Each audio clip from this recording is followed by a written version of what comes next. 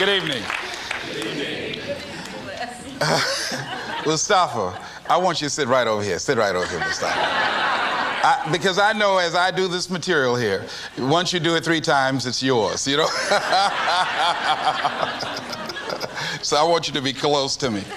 I want you to look at someone on your right and left, shake their hands and say, I'm doing better than good and better than most. Let's do that right quick, please.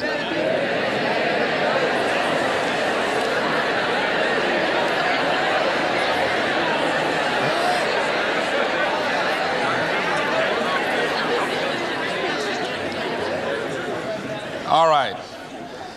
I'd like to talk with you this evening about being hungry. Somebody said, I'm hungry.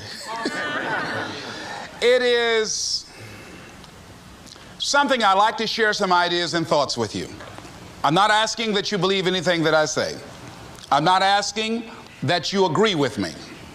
I'm merely asking that you stand on and in the conversation that we'll share with you this evening, and if there's something that I say that can fit and work for you, I say use it.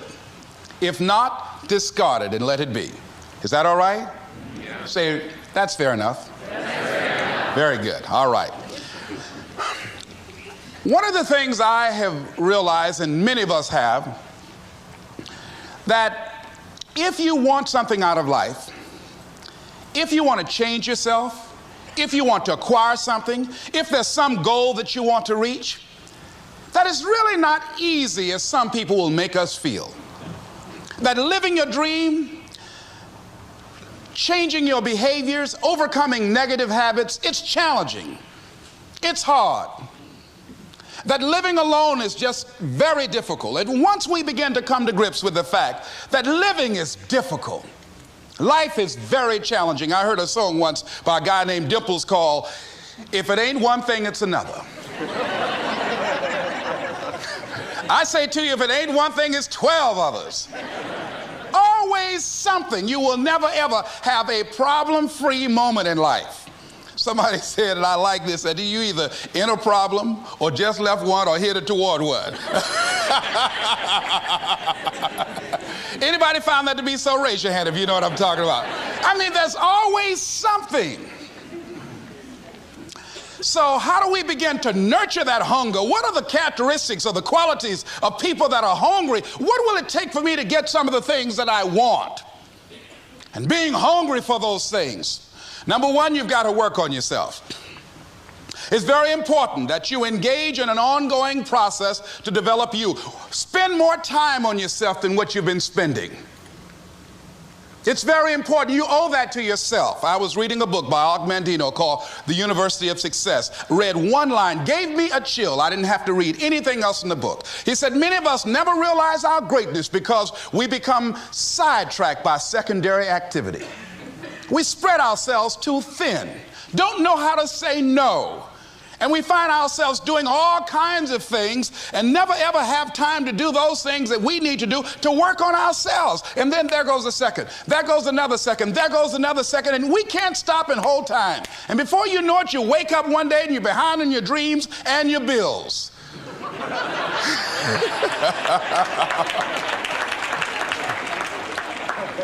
So decide that you're going to take some time to work on you, that you deserve that from yourself, that your life deserves some prime time because you are creating your own production. As Michael Todd would say, you are the star of your show. You are the director. You're writing the script. And you will determine whether your life is a smash office hit or flop. You determine that. Working on yourself, talking to yourself. That's so very important. Overcoming the negative conversation, that inner dialogue that's going on all the time, even when you don't want it to be there. You can't stop yourself right now from thinking. You can't do it. It's going on. And so learning how to empower yourself, part of doing that is standing up to yourself. You've got to stand up inside yourself sometimes and say, shut up. You've got to do this. I was going to give a presentation, and this voice inside of me saying, you can't do this. You don't have everything it takes. I shut up. I'm behind on my bills and you're telling me what I can't do. I have got to do it. You'll get scared sometimes. Your mind will go blank on you. Some people you will allow to unnerve you. And you wonder, what's wrong with me? I'm not crazy. That's why you've got to learn to make a conscious, deliberate, determined effort to stand up inside yourself. Working on yourself, watching that inner dialogue, it will determine the quality of your life. I don't believe this. I know this. I've had a challenge of losing weight. I'm walking through the airport, this voice say, why don't you have some M&M peanuts? No!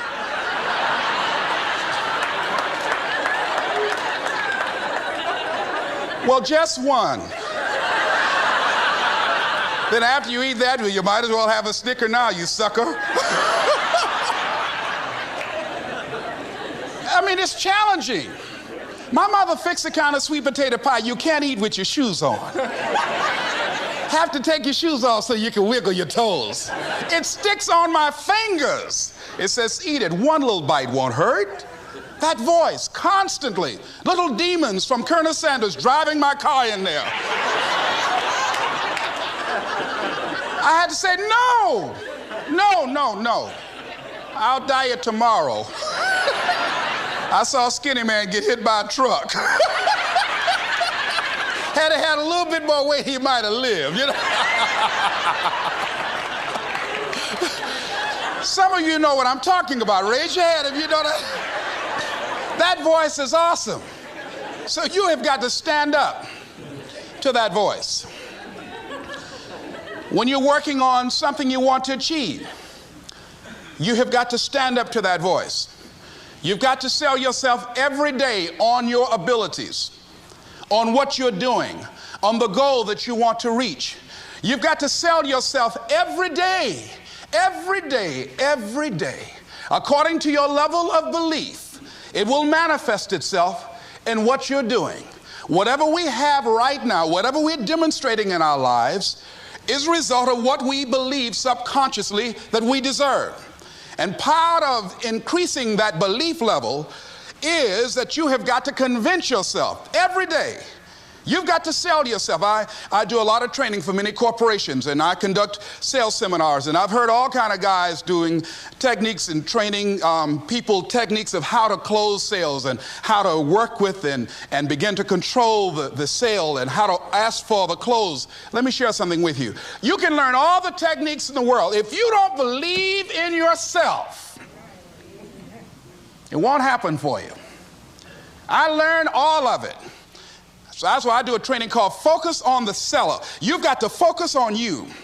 And as you convince you, as you sell yourself every day, you will begin to see a difference in the things that you're doing.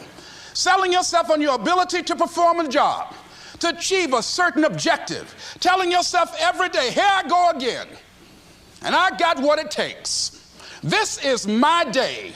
And nothing out here is going to stop me. And when you go out there, life say, come over here. Say it again. Well, I'll be back tomorrow. That brings me to the next thing. It takes courage to act. Part of being hungry when you've been defeated, it takes courage to start over again. I used to do door-to-door sales, and I was working with another friend of mine, and door-to-door sales, I mean, it's punishing. It's cruel and unusual punishment. And I was a little boy knocking on the door. Hello, would you like to buy a nice working television set? No money down? No! Bam! They slammed the door in your face. And the friend of mine that was working with me, they slammed the door in his face, and I looked back, and he was going to the car. He said, I can't do this. And he sat down in the car, and he said, you go ahead, I'll be here when you get back. Now, he had a mother and father to take care of him. My mother was ill. I am adopted. I was hungry. I had to go on. I learned something about myself. That when you step into your fears, somebody said, it was Winston Churchill, he said that courage is going from failure to failure without losing enthusiasm. When you step into your fears and continue to push yourself to go on, something happens for you. It will enable you to transcend yourself. I went to the next store. You like to buy a nice working television? No! Bam! Went to the next one. No! Bam! After a while, I no longer took it personal.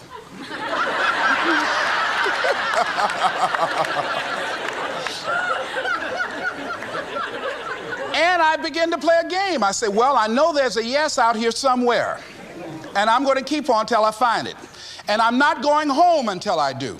And I continue to knock on doors. And then somebody eventually would say yes. And I said, are you sure? And I would go in there and I would get the sale. When you have something you want to do, if you don't develop the courage to do that which has been given you to do, and you spend a lot of time going around trying to convince other people or trying to get their approval, what will happen is that you will lose your nerve. And other people will convince you that what you're doing doesn't have any value, and you'll give up on your dream. It's an interesting thing about life, I've also found, that if you don't have the courage to act, sometimes and particularly if you have something special to do, life will move on you. If it were not for life, I would still be a disc jockey. I didn't just leave voluntarily to go to the state legislature. I was fired. I was working on a job, and I came home one day. I was married at the time, and I told my former wife, I said, that guy Bert I work for is stupid. She said, if he's so stupid, why does he sign you a paycheck? Now, you see why I divorced her, right? I couldn't stand her. That night, I could not sleep well. Here was a guy that was controlling my life. I was going through all kinds of changes because this man controlled my paycheck.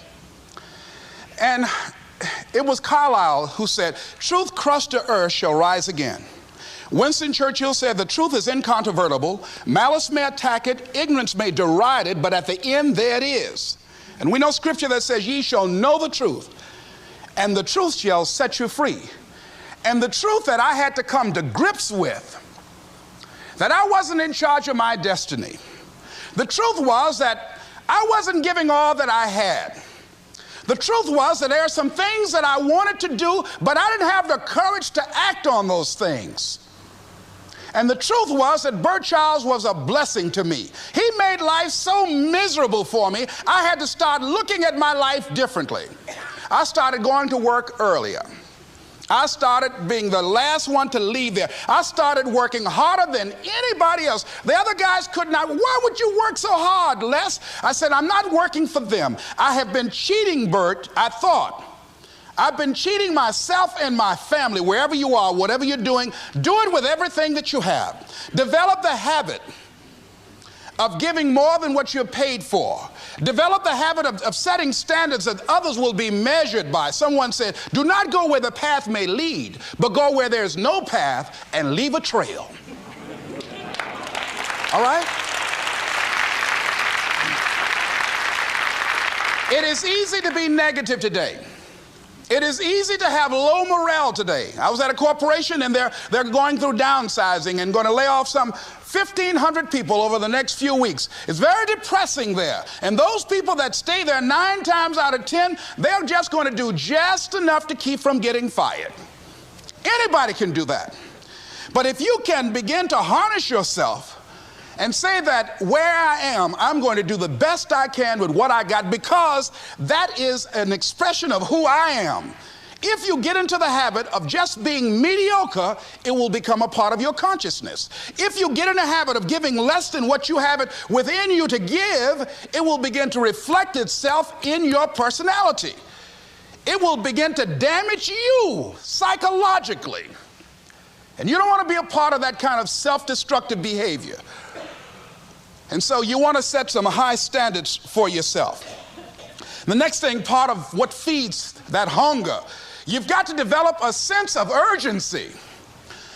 Aurelia said, stop living your life like you have 1,000 years to live. In life, you're either here today and you're gone today. If there's something that you want to do and you can't do it all at one time, do just a little bit of it. I like what Robert Schuller says. He said, by the yard it's hard, but inch by inch, anything is a cinch. Do just a little bit of it. A friend of mine, Bobby Kerr, used to be a roommate. Bobby wanted to go into the area of public relations. He loved working with the public. Young lady he wanted to marry named Clarice.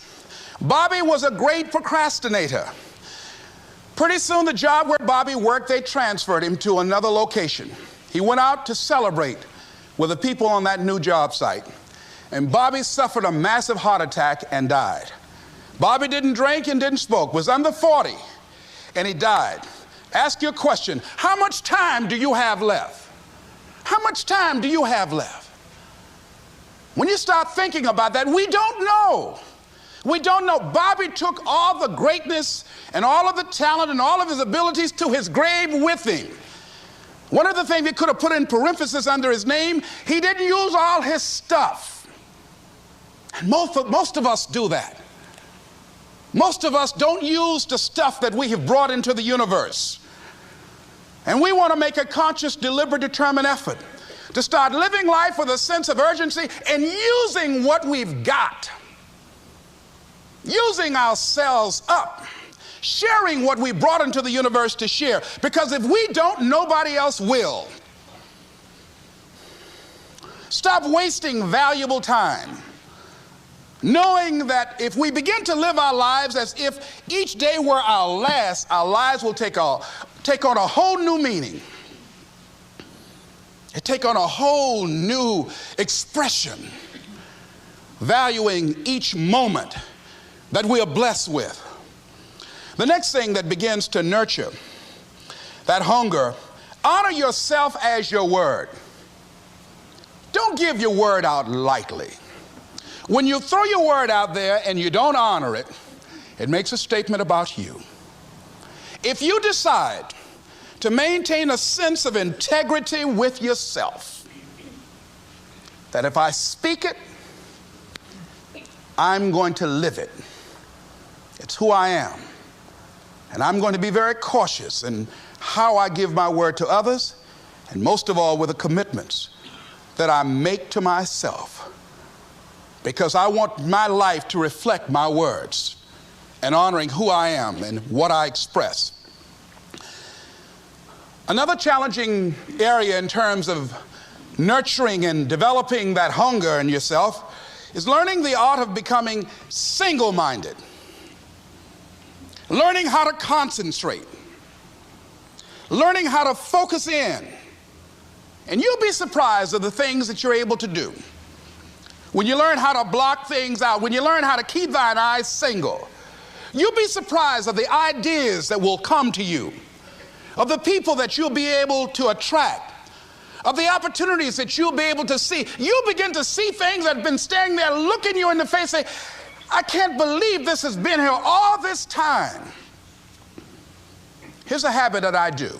Maybe it might be of some value to you. I get up in the morning and I start writing what great ideas that I can think of today that can improve me and that will enable me to reach my goal. And I just let my mind flow. Sometimes I write 15, 20 ideas. Some days it's more difficult than others. One idea can change your life. One idea can turn your life around. Deciding that you're going to focus to develop your skills. A guy was the new owner of a baseball team that was in the basement of the league when he took it over. He went to the pitcher and he said, what is your best throw? And he said, well, I got a good curveball and I've got a good fastball. And he went on talking about his different throws. He said, but tell me this, what is your best throw? He thought for a moment. He said, I've got a good fastball. He said, that's all I want you to work on. Nothing else. Just develop your fastball. The next year, they went to the World Series. Most people don't know where their fastball is. Most people go through life never discovering what their talents are. Most people never develop their talents. They have skills and abilities, but if you don't nurture them, if you don't develop them, they will never serve you. Your gifts can take you many places if you develop your gifts. Most of us don't like to do those things that come easy to us. I've always loved to talk to people. I decided, taking this advice, to develop my skills as a speaker. And my gift has developed and it's taken me many places. You have something that you brought to the universe, and that if you decide that my life deserves my developing this, what I do well, and becoming the best at it, and mastering myself, and seeing what I have within me, if you decide to drop your buckets where you are and develop your gifts, I grant you, you'll never ever be without. I grant you that your gifts will take you places that will literally amaze you. I grant you that if you begin to work to develop your gifts, you'll develop a strong sense of happiness. You'll get a larger vision of yourself, because part of beginning to get a larger vision of yourself, all of us need some area of our lives where we can have a feeling of competence. That people know when they think about this area, that's something you do. That you eat and sleep that, and that you do that, and people know it, and you know it, and you know that you know this. If you don't know anything else, you know this. Can you tell I know what I'm doing? Oh, hello. You know this. So you've got to work on it. When other folk are having a good time, you've got to have the strength of character to concentrate, to read, to digest information. If you decide in any particular area that you're concerned about to make a conscious, deliberate, determined effort to read one book a month in that area, in 5 years, you'll be among the top 5% experts in the world. I read a minimum of 2 books a week. The average American reads only 1 book a year. If you decide that area that you love, that you are going to master that particular area, in this era of accelerated change, overwhelming complexity, and tremendous competition, as you begin to develop and expand your skills and your talents and your vision of yourself, you will always be in control of your destiny. The next thing is, whatever it is that you want to do, you want to do it massively.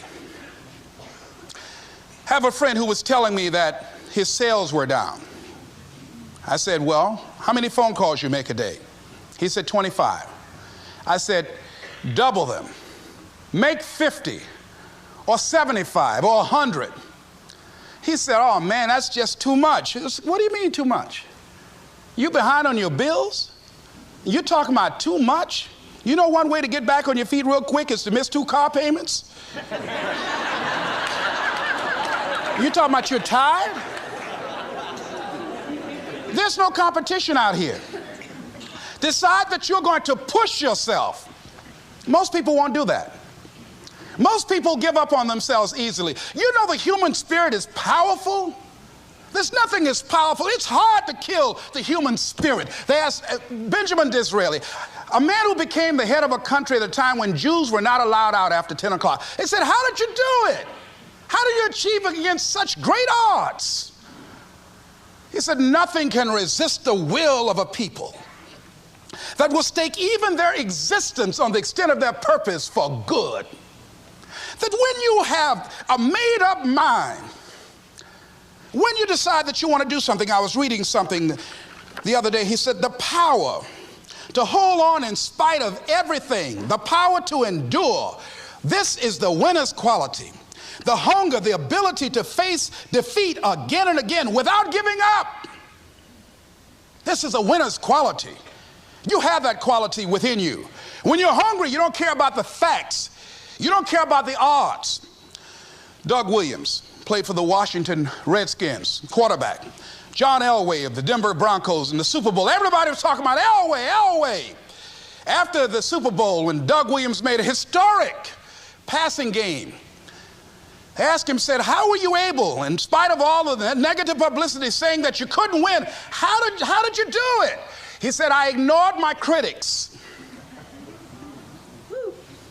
I just didn't pay any attention to them.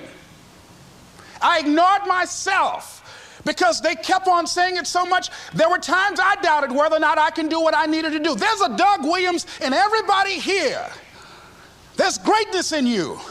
And you've got to learn how to tune out the critics outside and the critic inside. And since I'm going to do this, I'm going to harness my will. And I'm not going to let anything stop me. I deserve this. I'm going to do it until. And this friend, I told him, said, start increasing your calls. I said, I make 100 calls a day. I got a callus in my ear. My ear is kind of dark. You can't see it, but it's there.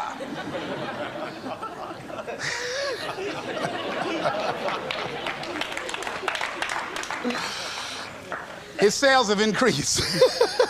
He's working harder now.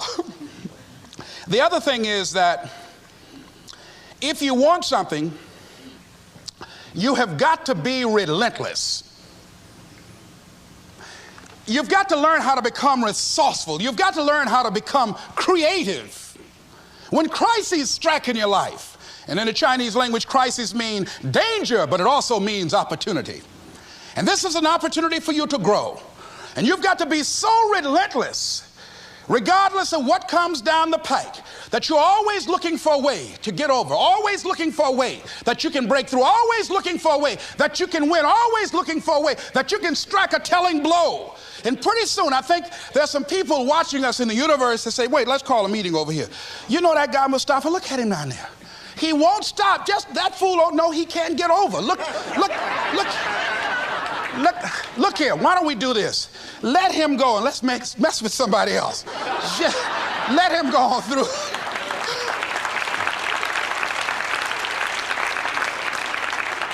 Life will just get tired of whipping you sometimes. And just say, just let this one go. I believe this. Now, no one has told me this, but I just kept on kicking. I didn't have sense enough to stop. I was intelligently ignorant. I didn't know what I couldn't do.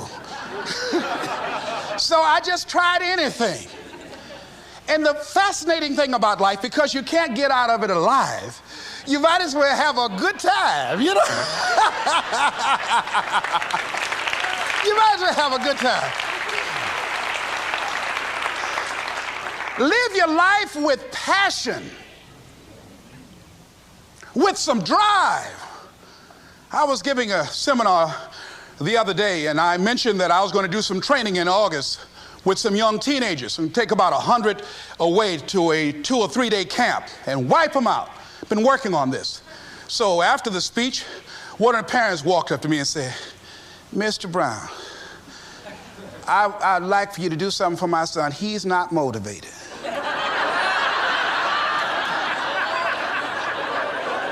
I said, I wonder why.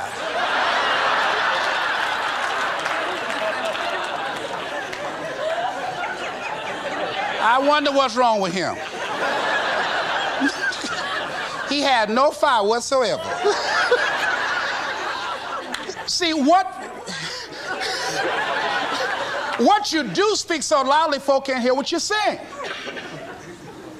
And so if you don't have any fire, you've got to watch the people, the relationships that you develop. Have people of kindred mindsets. If you're around folk who are dead and negative all the time, they will affect you. You want people that are around you that have smiles on their faces, looking good. I was telling a group last week, Abraham Lincoln refused to hire a guy because of his face. They said, but the guy can't help it. He said, anybody over 30 is responsible for their face. If you have some depressing face looking at you every day, it affects your blood pressure. Keep these dead faces away from you. It's contagious.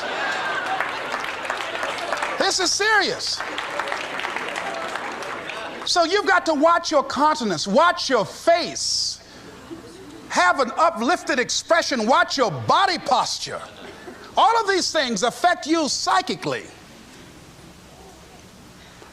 You've got to be the kind of person that you are fearless. Fearless. Folk leave fearless people alone. There's some people walk through a neighborhood and every dog in the neighborhood would bark at them.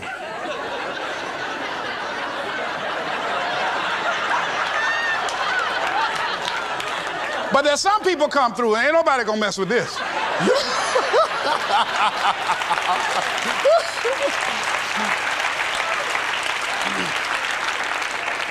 You are unstoppable. And because you are unstoppable, because you've got power that you haven't even begun to use yet, you owe it to yourself to release your brakes. How many of you have the experience of pulling out of your driveway and you mashed on the accelerator and the car was just going, and couldn't move, and you mashed harder and it couldn't move, and then you discovered you had your emergency brakes on. And then you release those emergency brakes and it goes, choo! Have you ever had that experience before? Most of us go through life with our brakes on, holding back, not giving all that we have, not sharing all of ourselves. Most of us go to our graves still holding on rather than releasing it. What are some of those things that keep us from releasing it? Because of past experiences, past defeats, past pain. We look back, well, it didn't work out then. It probably won't work out now. Many people get confused their performances with who they are. I was reading Pat Riley, the coach of the Los Angeles Lakers.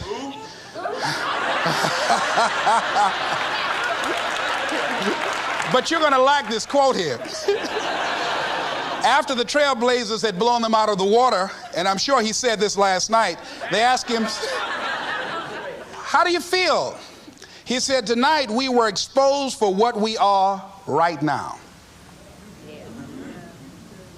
You see? That if my speech tonight doesn't work, it doesn't mean that I'm a bad speaker. It means that what I did didn't work tonight. And I've got to separate what I do from who I am. And I've got another shot. See, the last chapter to your life has not been written yet, and it doesn't matter about what happened yesterday. It doesn't matter about the things that you've done that you feel guilty about. If you wouldn't do it today, you're convicting an innocent person. You've been reborn to a new state of consciousness. And as they say, if we knew better, we would do better. And so you begin to decide, I'm not going to be denied. I remember, and I was telling someone, and they asked me, would you repeat that again? I was interested in going into broadcasting. I'm adopted. And that was my key out. I wanted to make my mama proud of me. I was very much appreciative of what she's done for my brother and sister and I. And that was my way out. And I went over to a radio station, asked a guy and told him that I was interested in broadcasting. He looked at me in my straw hat and my overalls. He said, you have any broadcasting background? I said, no, sir, I don't. What do you do? I cut grass. Young ladies asked me what kind of work I do, and I was working on a garbage truck. I say, well, I'm a sanitary technician. He said, we don't have any job for you. I decided that was something I was going to do. I decided I'm unstoppable. I'm going to go up in here and I'm going to do this. I started going to the radio station every day, developing a relationship with the people that were doing what I wanted to do. And that's what I encourage you to do. Whatever area you want to go in, find people that are doing it the way you want to do it and develop a relationship with them. When I decided to go in this area, I wrote letters to Dr. Norman Vincent Peale, to Zig Ziglar, to Dennis Waitley, all of the giants in this area. And I said, this is something I want to do. I've been following your career. Would you help me? Dr. Norman Vincent Peale answered my letter, did an article on me, wrote about me in the most recent book that he issued, and done many broadcasts about me. I'd wanted to develop a relationship and rapport with those people that were achieving those things that I wanted to achieve. By the same token, I would go to the radio station, and I developed a relationship with the guys. And they used me as an errand boy when they needed some food or someone to go pick up entertainers that came into town. Temptation singing My Girl, Jerry Butler singing For Your Precious Love, Sam Cooke singing Darling You Send Me. I would pick up the entertainers at the airport and drive them around in the disc jockeys, big Cadillacs. They didn't have any driver's license, but I was acting like I had some.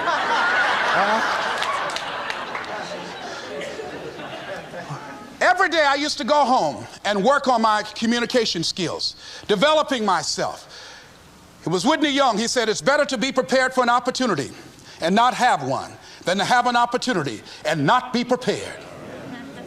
Start working and developing yourself now and prepare yourself for what it is that you want, because you expect to get it. And when the disc jockeys were in the control room, I would go in and watch them and develop a trust level, and they would let me stay, and I would watch and observe them working the controls. When you want something out of life, don't worry about how you're going to get it. How is none of your business.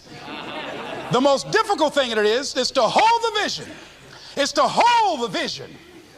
So there I was at the radio station. A guy was on the air and he started to drink by the name of Rock. I was outside the window looking at him and watching. Hungry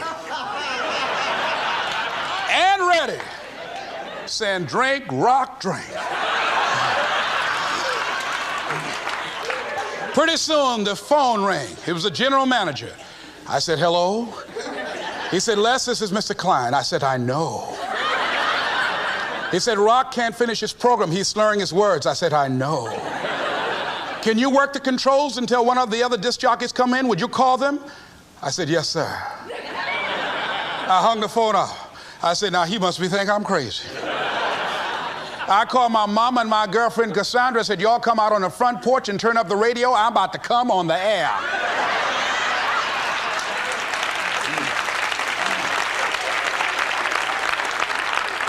I waited about 15 minutes.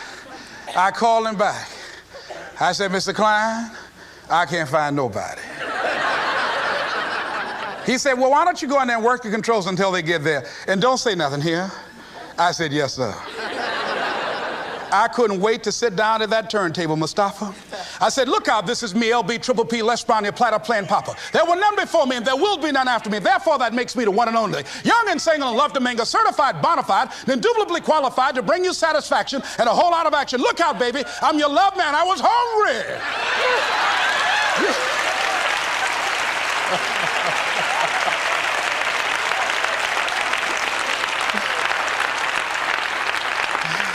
Shake somebody's hand on your right and left and say, you've got to be hungry.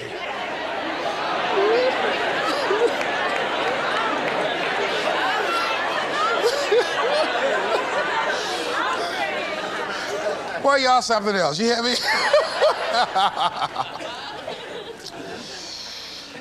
You want to be persistent about what it is that you want to achieve. Alexander Graham Bell said, what this power is, I cannot say. All I know is that it exists, and it becomes available only when a man or a woman is in that state of mind in which he or she knows exactly what he or she wants and is fully determined not to quit until they find it. When our children are learning how to walk, how many times will your baby attempt to walk and fall and you just say, just sit down, don't try anymore, you've fallen 20 times. Just sit down somewhere, busting your lip and everything, getting in folks' way.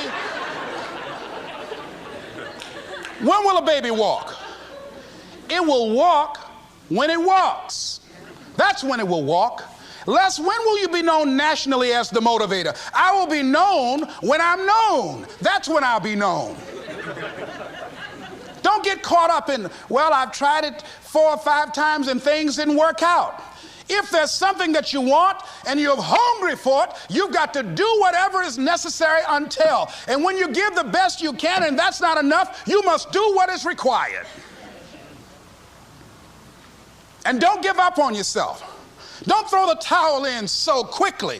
Many people give up on the 1-yard line, where if they have the determination just to keep on knocking. It's a funny thing about life. If you're home one day and someone is knocking on the door and you say, I don't want to be bothered today. And if that person just keep on knocking, say, can you believe that fool's still knocking? Pretty soon you say, what is it? What do you want? And that's how you've got to be about your dream.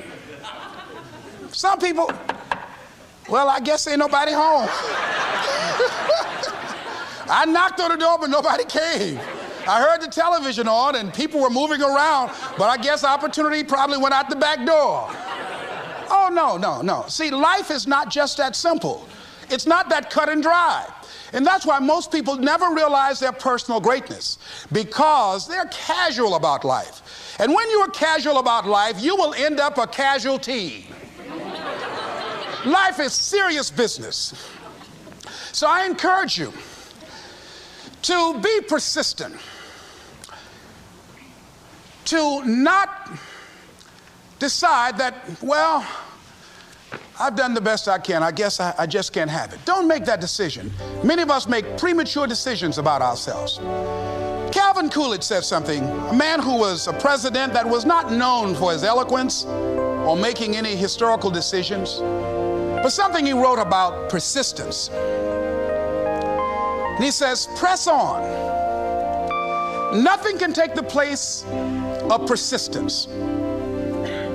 Talent will not. The world is full of unsuccessful people with talent. Genius will not. Unrewarded genius is almost a proverb. Education alone will not. The world is full of educated derelicts.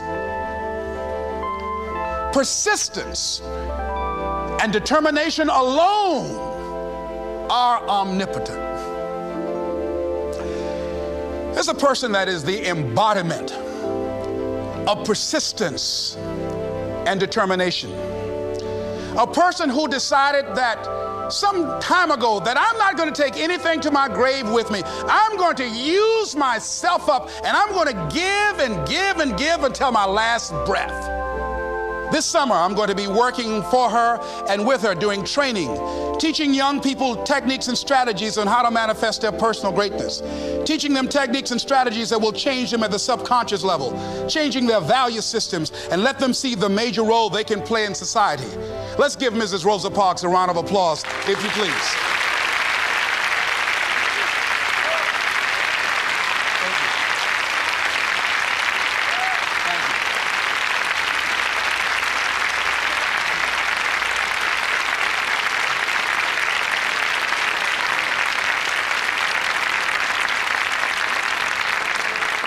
Here we are in the presence of greatness. Mrs. Parks, people over here couldn't see you. Would you come up? Could you? She's such a beautiful person.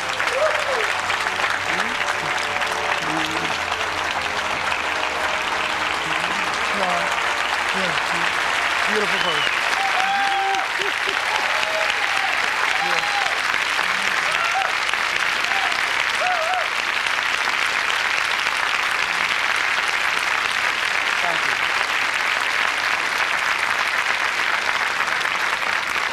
I encourage you to see Mrs. Parks and Mrs. Elaine Steele about the Rosa and Raymond Parks Institute for Self-Development. If you're interested in your children participating in that, they have some information over here to share with you. It is just fascinating and just a blessing to have this woman when a lot of folk who are giving up. And here this year she celebrated her 75th birthday and still has a dream of being an instrument of change. And there is a Rosa Parks in all of us who made a decision at one point in time, standing on the platform of oughtness, as Immanuel Kant talks about in a book called Critique of Pure Reasoning, that there's certain things we know we ought to do. We just know it. We owe it to ourselves and those around us. I don't know what your dreams are. I don't know what your goals are. But let me leave this with you. Mine is to be the best son that I can to my mother. Mine is to be the best father that I can to my children, and to be the best servant that I can to humanity, and the best man that I can to the woman that I've decided to share my life with. Whatever your goals are, I know that you can achieve them. Here's something that I'd like to leave with you. It says simply that if you want a thing bad enough to go out and fight for it, to work day and night for it, to give up your time, your peace, and your sleep for it, if all that you dream and scheme is about it, and life seems useless and worthless without it, and if you gladly sweat for it and fret for it and plan for it, and lose all your terror of the opposition for it, and if you simply go after that things that you want with all of your capacity, strength and sagacity, faith, hope, and confidence, and stern pertinacity, if neither cold poverty, famish, or gout, sickness of pain of body and brain can keep you away from the thing that you want, if dogged and grim you besiege and beset it, with the help of God you'll get it. This is Mrs. Mamie Brown's baby boy, Leslie Calvin Brown, saying it's been a plumb pleasing pleasure as well as a privilege. Thank y'all.